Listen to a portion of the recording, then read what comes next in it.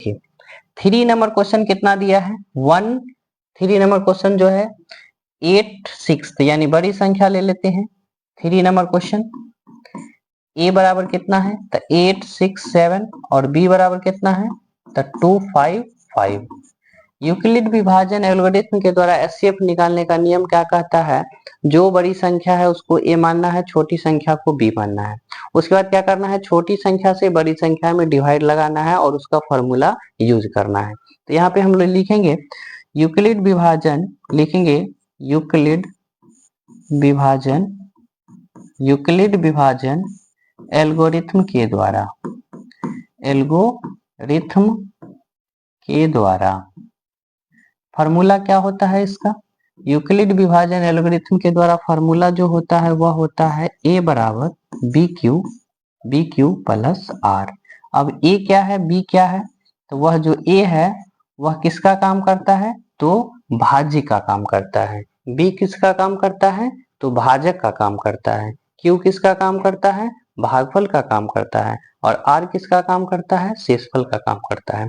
हम लोग फार्मूला पढ़े हैं, क्या फार्मूला पढ़े हैं तो पढ़े होंगे 9th क्लास में भाज्य बराबर भाजक गुने भागफल प्लस शेषफल।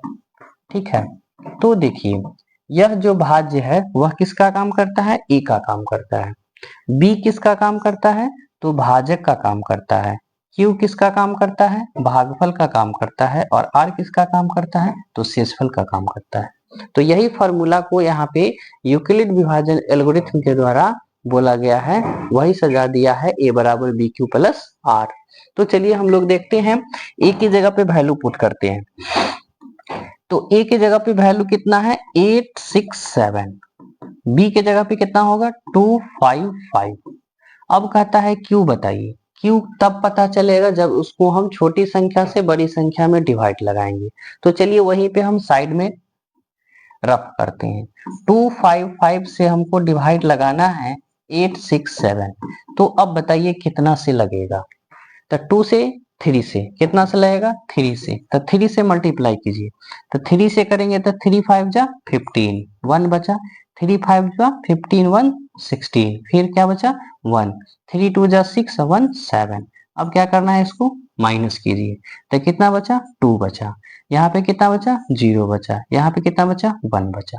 तो देखिए अब यहाँ पे हमको b के जगह पर तो यही वैल्यू होता है, अब q के जगह पर मतलब कितना होता है भागफल, तो 3 आया तो q के जगह पे क्या लिखेंगे 3, प्लस है तो प्लस, r के जगह पे क्या शेषफल कितना बचा है 102, क्या रिमाइंडर 0 आया नॉट इक्वल 0, यानी शेषफल 0 नहीं आया।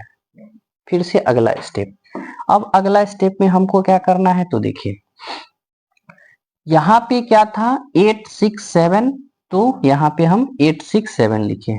अब भाग लगाना है जो शेषफल बचा है इससे, किसमें तो 2 5 5 में, फिर से भाग लगाना है।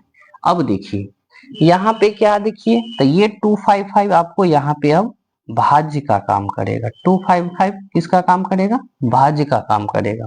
अब 2 5 5 में हमको यहाँ पे भाग लगाते हैं तो कितना बार में लगेगा, तो देखिए 2 बार में तो कितना होगा 200 हो जाएगा, 3 बार में ज्यादा हो जाता है, कितना बार में लगाएंगे 2 बार में, तो 2 बार में कितना होगा तो 204 हो जाएगा।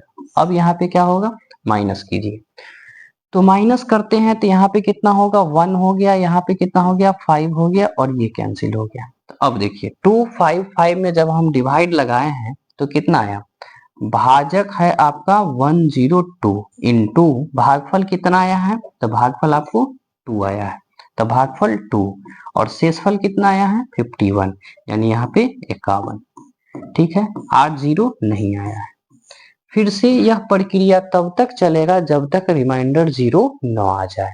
ठीक है, अभी रिमाइंडर 0 नहीं आया है, फिर से यह लगाएंगे 102 में, तो कितना बार में 51 को अगर हम 2 से लगाते हैं तो 51 से 2 में आपको 102 पूरा पूरा क्या हो गया कट गया। ठीक है, तो अब यहाँ पे फिर से क्या होगा देखिए, तीसरा स्टेप आपको यहाँ पे लिखना है 10102। अब 102 कहाँ से आया, तो देखिए यहाँ वाला जो टर्म है ये टर्म आपको यहाँ पे 102 हो गया। अब ठीक है, देखिए फिर से, अब 102 में कितना से लगा है, तो 51 गुने 2, तो यहाँ लिखेंगे 51 गुने 2, शेषफल क्या बचा आपका, 0 बचा, तो लिखेंगे यहाँ पर 0। क्या रिमाइंडर 0 आ गया, यस, तो लिखेंगे r बराबर 0। जब तक यहाँ तक हम नहीं पहुंचेंगे तब तक यह प्रक्रिया पूरा चलते रहेगा। ठीक है, अब समझ में आ गया होगा। तो चलिए अब देखते हैं, यहाँ पे लिखेंगे चूंकि शेषफल